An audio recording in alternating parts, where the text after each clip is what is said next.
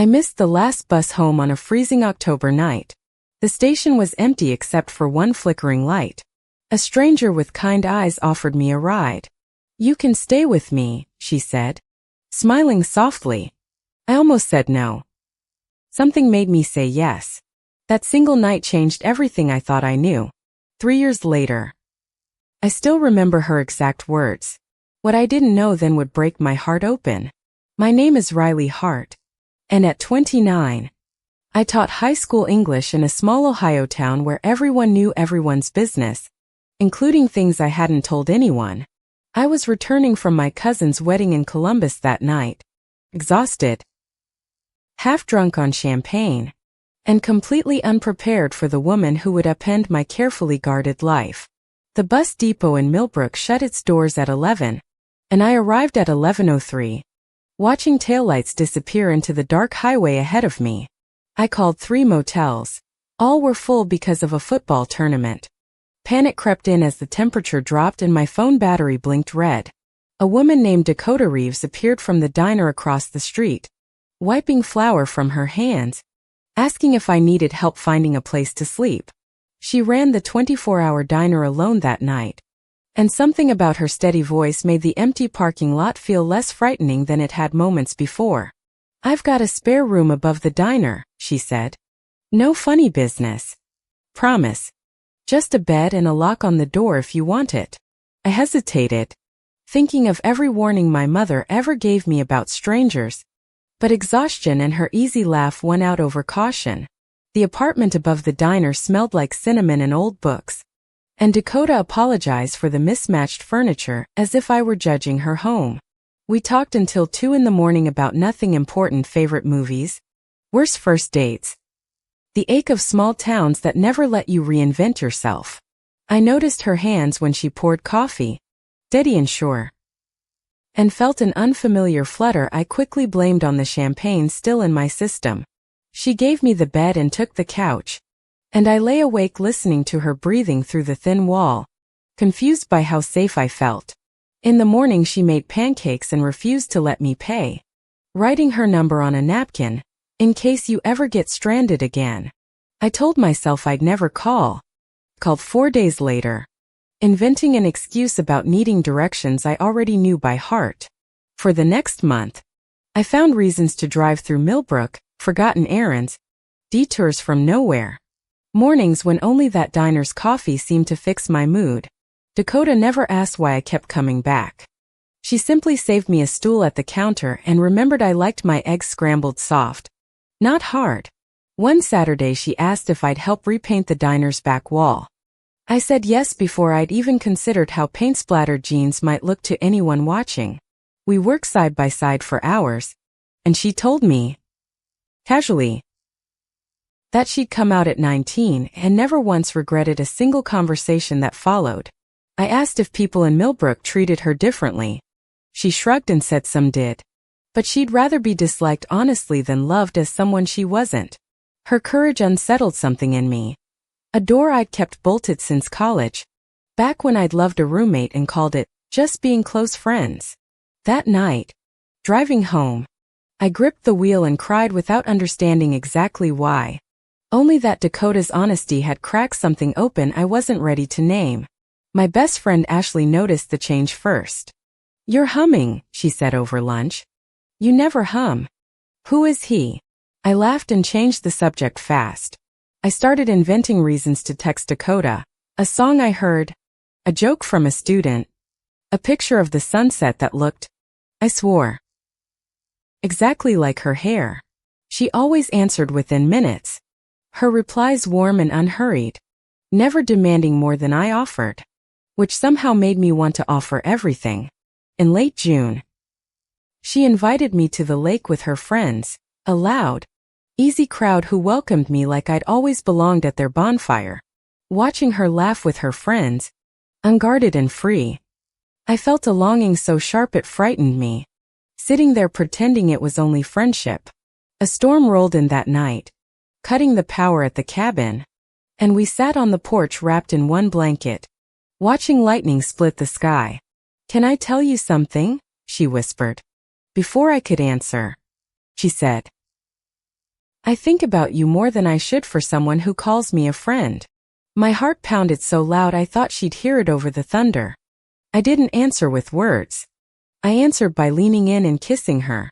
It was soft, careful, like she was giving me every chance to pull away. I didn't pull away.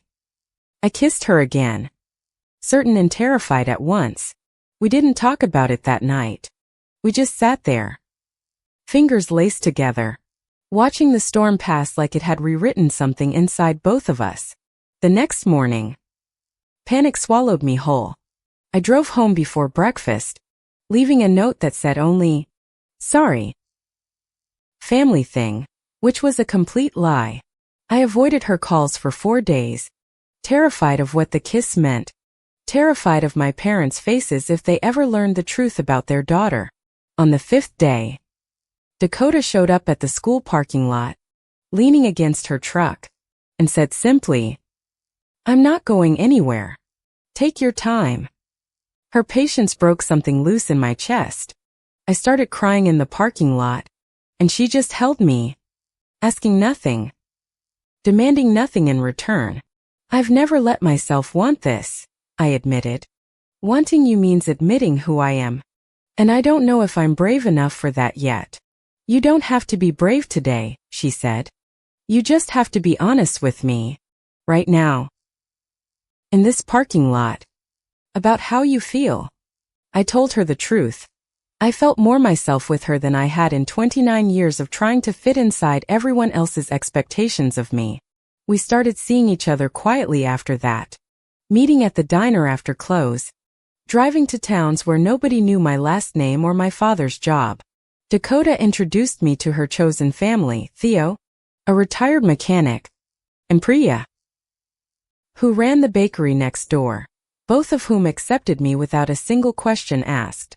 I began journaling at night, filling pages with feelings I'd never dared write down, terrified someone might find the notebook and understand exactly who I was becoming. 3 months in, Dakota mentioned my last name sounded familiar. Said her grandmother used to talk about a Hart family from church picnics decades ago. I brushed it off, distracted by the warmth of her hand in mine, not yet realizing how deep that small comment's roots would eventually stretch. We celebrated our unofficial 3-month anniversary with cheap wine and a movie neither of us watched, too busy talking about everything and nothing at once. Dakota told me about coming out to her parents at 19 tears, then silence. Then eventually her mother's hesitant hug that took 2 full years to arrive. "It gets easier," she promised me. "Not easy. Easier. And it's worth it, Riley. Even the hard parts. Because pretending is so much heavier than truth." I wanted to believe her. But my father was campaigning for mayor that fall, and I couldn't imagine a scandal shaped like his only daughter's secret. My mother mentioned, over Sunday dinner, that a nice man from church had asked about me, and could I please, for once, just give someone a chance. I smiled and said maybe, hating myself for the lie, hating even more how easily I still slipped back into the daughter they expected me to be. Dakota never pushed me to come out before I was ready, but I noticed the small sadness in her eyes whenever I flinched at public affection. One evening, holding hands in the car outside a restaurant 2 towns over, I caught my coworker's reflection in the window and yanked my hand away. Dakota said nothing, but her silence on the drive home said everything, and I spent that night wondering how long love could survive inside a closet. I apologized the next day, and she accepted it gently, saying, "I'm not angry. I'm just scared of loving someone who might always be half hidden from me." Her words haunted me for weeks, a quiet ultimatum wrapped in kindness, asking nothing directly but demanding, eventually, an answer I wasn't sure I could give.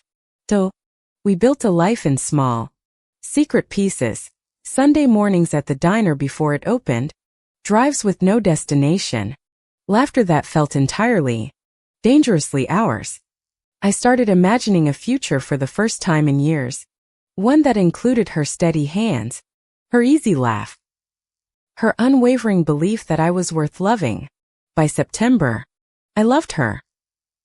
I hadn't said it aloud, but I knew it the way you know a season has changed before the calendar confirms it.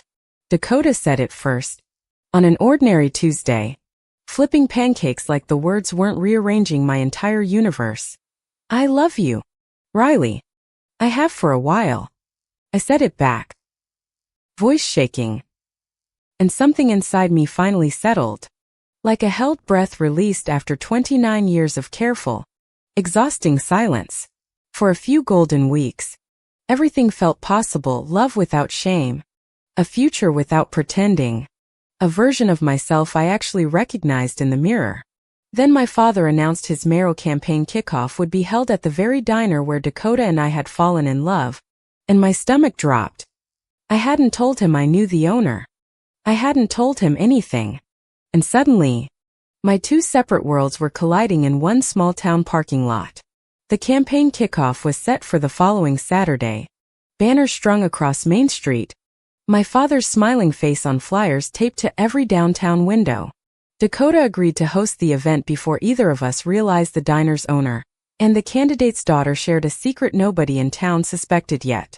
I arrived early to warn her, but my father was already there, shaking her hand, thanking her for the space, oblivious to how close we'd become.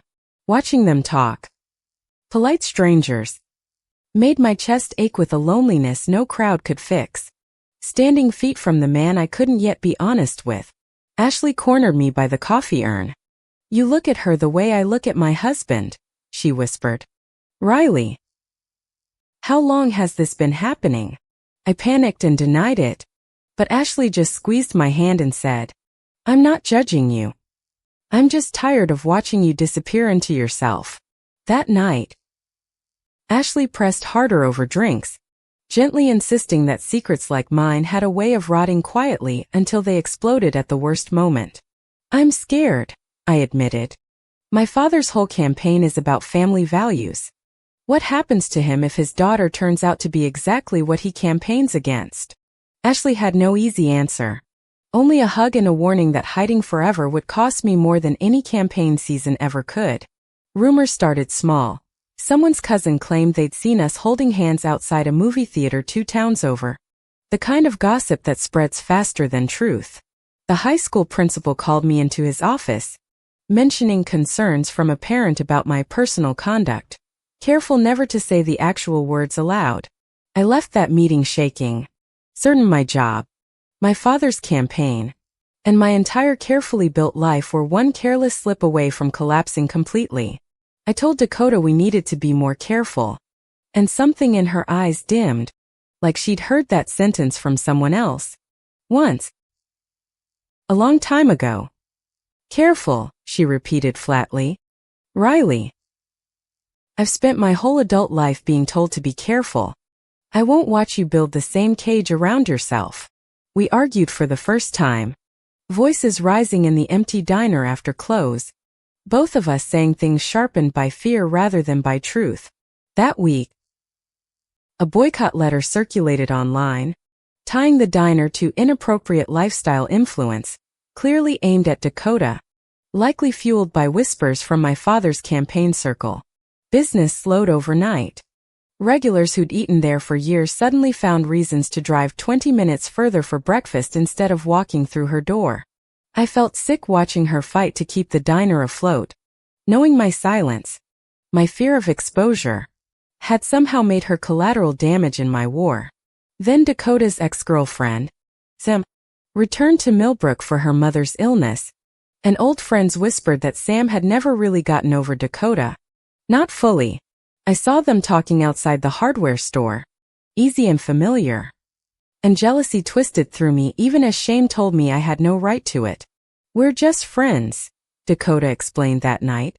But I noticed she hadn't mentioned Sam's return herself, and that omission planted a small, stubborn seed of doubt. Pulled back, suddenly cautious with my affection, watching for signs of a betrayal that existed mostly, I would later realize, inside my own frightened imagination. Meanwhile, My mother started asking pointed questions why I never mentioned dating anyone, why I spent so many evenings at that diner, why I seemed so distant lately. My father, riding high in the polls, mentioned casually at dinner that a clean, wholesome image mattered more than ever with the election just weeks away. I sat there, silent, hating the version of myself that nodded along, that let his words settle over me like a blanket I hadn't asked for. One evening, desperate for clarity, I visited Theo at his garage, hoping he might explain the strange comment Dakota's grandmother once made about my last name. Theo went quiet, then said carefully, "Riley, I think there's something Dakota should tell you herself. It's not really my story to hand over." Pressed him. And reluctantly, he told me about a girl who used to send anonymous encouraging notes to a bullied high schooler named Riley. Years ago. My hands went cold. In 10th grade, someone had slipped notes into my locker for months, signed only a friend, during the worst year of my life. "That was Dakota?" I whispered. Theo nodded slowly. "She never told you because she didn't want you to feel like she'd loved you before you chose it." I drove straight to the diner, heart hammering, and found Dakota closing up alone. Sam's car nowhere in sight. My earlier jealousy suddenly feeling small and foolish. "Why didn't you tell me?" I asked. She set down her rag, exhaled slowly, and said, "Because I needed you to fall for who I am now." She explained her grandmother had known mine from church, and years later, a teenage Dakota recognized my name in the local paper after the bullying incident. "I wrote because I remembered how it felt to be different," she said. "I never imagined that girl would grow up and walk into my diner. The revelation should have brought us closer. But instead, panic rose in me. How many pieces of my life had she quietly witnessed before I ever knew her? "It feels like you've been watching my whole life," I said, voice shaking. "Like I never really got to choose this. Like it chose me first." Dakota looked stricken. "I'm not manipulating you, Riley. I'm telling you the truth because you deserve to know the whole story. Even the parts that scare you." I needed space to process it, and she let me go. Though I saw the fear in her eyes that this revelation might be the thing that finally lost her. For a week, I barely spoke to her, wrestling with the strange, tender ache of learning that love had found me twice, years apart, from the same person. Ashley reminded me, gently, that being loved quietly for years wasn't a violation. It was simply proof that Dakota had cared before she ever expected anything back. I finally understood. Those anonymous notes hadn't controlled my choices. They'd simply reminded a frightened 15-year-old that someone, somewhere, believed she deserved kindness. I went back to the diner and found Dakota scrubbing the counter with more force than necessary, clearly bracing herself for the conversation neither of us wanted. "I'm not scared of the notes," I told her. "I'm scared of losing you over something that was actually one of the kindest things anyone's ever done." Relief broke across her face, and she pulled me into a hug so tight, I felt every unspoken fear between us finally start to dissolve. But the boycott hadn't dissolved with it. The diner's revenue had dropped nearly 40%, and Dakota confessed she might have to sell within the month. "I've put everything into this place," she said, staring at the ledger. "If it closes, I don't know what's left for me here in Millbrook." I felt the walls closing in from every direction. My father's campaign, my job scrutiny, and now the very place where our love had first taken root. That night, I made a decision I'd been avoiding for months. I would talk to my father before the election, before another lie could grow any heavier. I found my father alone in his campaign office, papers piled high. And before I could lose my nerve, I said, "Dad, I need to tell you something." I told him about Dakota, about months of hiding, about loving a woman for the first time and finally being tired of pretending I didn't. He sat silent for a long moment, then asked quietly, "How long have you known you felt this way?" Not the question I'd braced myself for at all. Since college, I think. Maybe longer, I admitted. He rubbed his eyes and said, I always wondered. I just hoped you'd tell me before I had to guess. Relief and shock collided in me. He wasn't shouting. He looked tired. Almost sad. But not disgusted. Not the reaction years of fear had promised me. The election is in 3 weeks, he said finally. I need you to understand what this could cost us. Cost me. If it comes out publicly now. His words landed like a slap despite their gentle delivery. So you're fine with it. As long as nobody finds out until it's convenient for you. That's not what I'm saying, he insisted. But the damage was done, I heard. Clearly. That my truth still ranked below his political timing. My mother took it harder. Retreating into silence for days. Unable to look at me across the dinner table without her eyes filling with tears. What did we do wrong? She finally asked. And I told her. As gently as I could. That loving Dakota wasn't a mistake she needed to fix. She didn't understand. Not yet. But she also didn't ask me to leave. Which felt like the smallest, strangest mercy in an otherwise devastating week. 2 days later. A local blog broke the story. Mayoral candidate's daughter in relationship with diner owner amid boycott controversy. Complete with a blurry parking lot photo. I later learned Ashley's husband, angry over an unrelated business dispute with my father, had tipped off the reporter, weaponizing my private life for petty revenge. The fallout was immediate. Reporters called the school. Parents flooded the board with complaints. And my father's poll numbers dipped sharply within 48 hours of publication. Dakota's diner windows were egged overnight. And someone spray-painted a slur across her delivery van. The kind of hatred I'd only read about. Never witnessed. I showed up at her place that morning. Sick with guilt. Certain my cowardice and my family's ambitions had finally cost her everything she'd built alone. This isn't your fault, she said. Though her hands shook as she scrubbed paint from the van's side panel. Refusing to meet my eyes directly. The school board scheduled an emergency hearing about my conduct, citing vague morality clauses buried in my contract that hadn't been enforced in over a decade. I sat in that hearing room, terrified. Watching parents debate my worth as a teacher based entirely on who I loved outside classroom hours. Then, unexpectedly, 3 former students stood up to speak, describing how I'd helped them through their own struggles, regardless of who I went home to at night. One student, a junior named Casey, said through tears that my classroom had been the first safe place they'd ever found to admit they were gay too. The room shifted. Slowly. As more parents spoke in my defense, reminding the board that competence and kindness mattered more than outdated fear-based policies. The board tabled the vote, unwilling to act rashly under public scrutiny, and I walked out shaking, uncertain whether I'd won or merely survived one battle.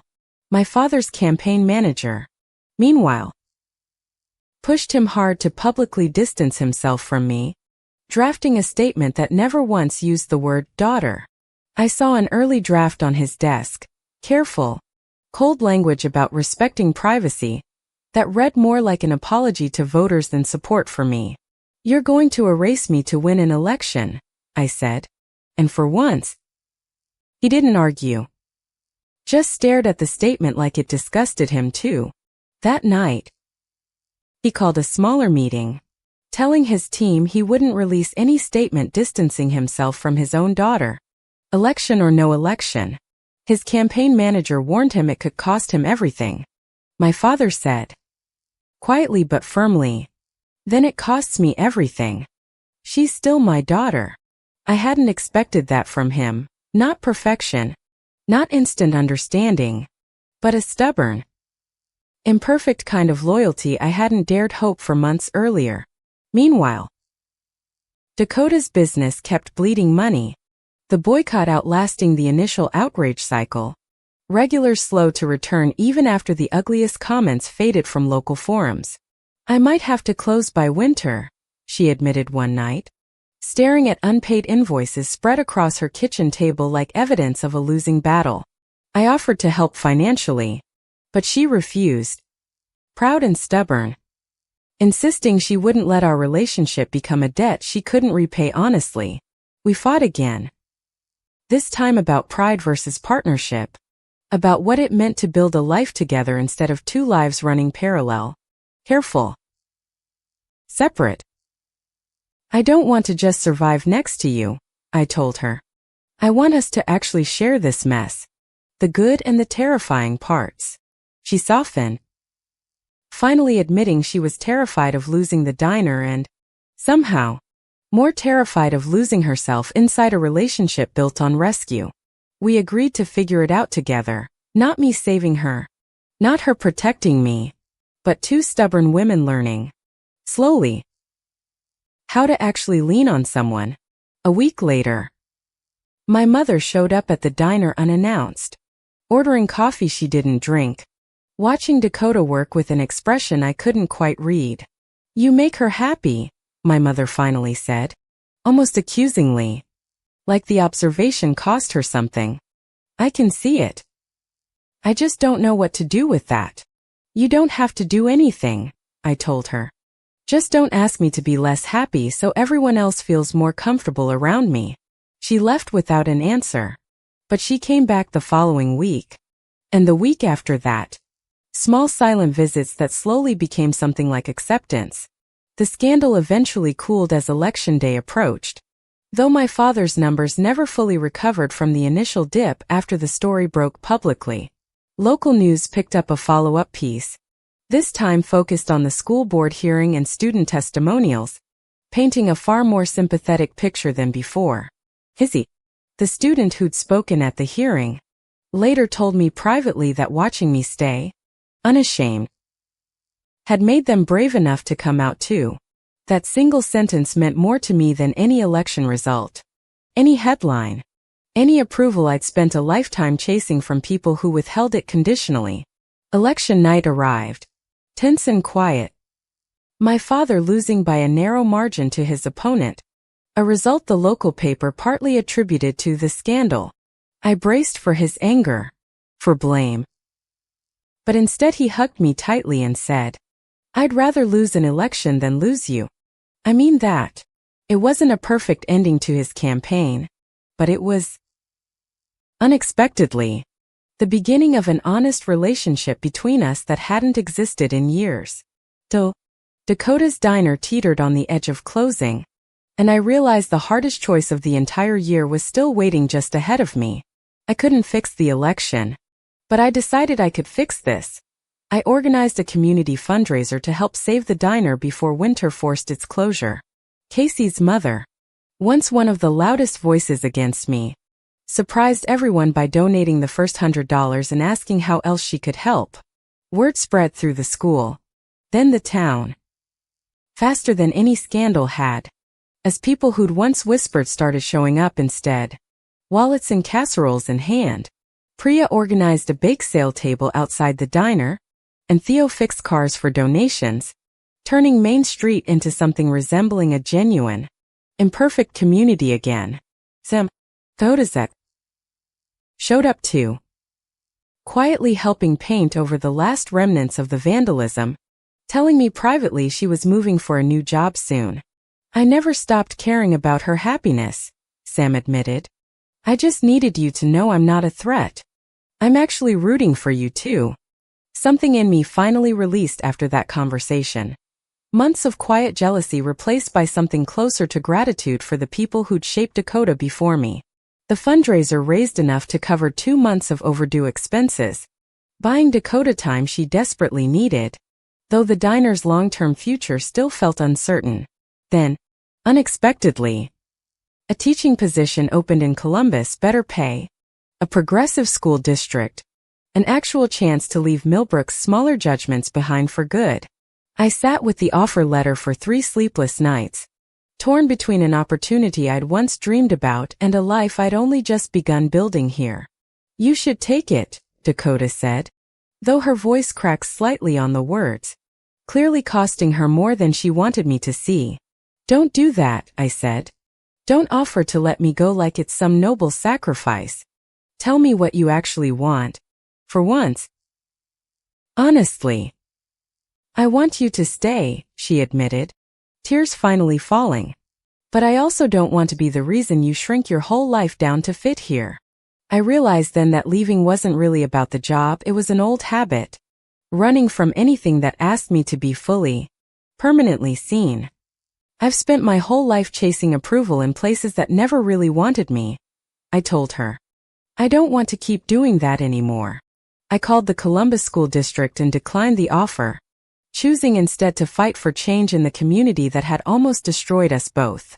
My principal, moved by the fundraiser's momentum and the town's shifting mood, quietly updated the outdated morality clause, removing the vague language that had threatened my job. Casey's family invited me and Dakota to their house for dinner, an ordinary invitation that felt, somehow, like the town finally exhaling after months of tension. My mother started asking real questions about Dakota, her favorite foods, her plans for the diner, small conversations that slowly built into something like genuine curiosity. My father, out of office but somehow more present than ever, helped Dakota repaint the diner sign himself, sweating through an afternoon he never once complained about. I owe her that much, he told me quietly. I almost let politics cost me my daughter. The least I can do now is show up with a paintbrush. On the diner's reopening night, the whole town seemed to show up, students, parents, church friends, even people who'd once signed that ugly boycott letter months earlier. Dakota stood behind the counter, overwhelmed, watching Millbrook fill her small diner with a warmth neither of us had believed possible just weeks before. I found her in the back kitchen, catching her breath, and pulled her into a hug that said everything the loud dining room couldn't quite express. We did this, I whispered. Not despite everything that happened, but somehow because of it. All of it led exactly here. To this room. Tonight. She laughed through tears, wiping her face with a dish towel, and said, I always knew you were worth waiting for. Even back when you were 15. That comment, once painful to hear, now felt like the truest kind of love story, patient, imperfect, built slowly across years neither of us fully controlled. Later that night, on the same porch where our first kiss happened months earlier, Dakota took my hand and said she wanted a future, openly, together. Not a secret future, she clarified. A real one, introduced at weddings, listed as emergency contacts, the whole complicated, wonderful, terrifying package. If you want that too. I did want it. More than I'd ever wanted anything. More than approval. More than safety. More than the smaller life fear had once convinced me to accept. Yes, I said simply. All of it. The whole complicated package. I'm done hiding pieces of myself to make other people comfortable with my life. We stood there under the same stars that had witnessed our first fragile beginning. No longer strangers stranded by a missed bus, but two women choosing each other. My phone buzzed. A text from my mother. Simply reading. Bring Dakota to Thanksgiving this year. I'll make the pie you both like. I cried reading it. Some wounds don't heal completely. My father's lost election still stung. And Millbrook's acceptance remained imperfect. Fragile. A work still very much in progress. But for the first time in 29 years, I stopped waiting for permission to be happy, and simply let myself, fully, unapologetically, be exactly who I was. Looking back, missing that last bus hadn't been bad luck at all. It had been the one detour that finally led me home. To myself. And to her. A year later, Dakota and I moved into a small house 2 streets from the diner. Our names finally listed together on mail, leases, and each other's lives. I still think about that stranded night sometimes. Grateful I missed the last bus home, because somewhere between fear and a stranger's kindness, I finally found where I belonged. Fendi.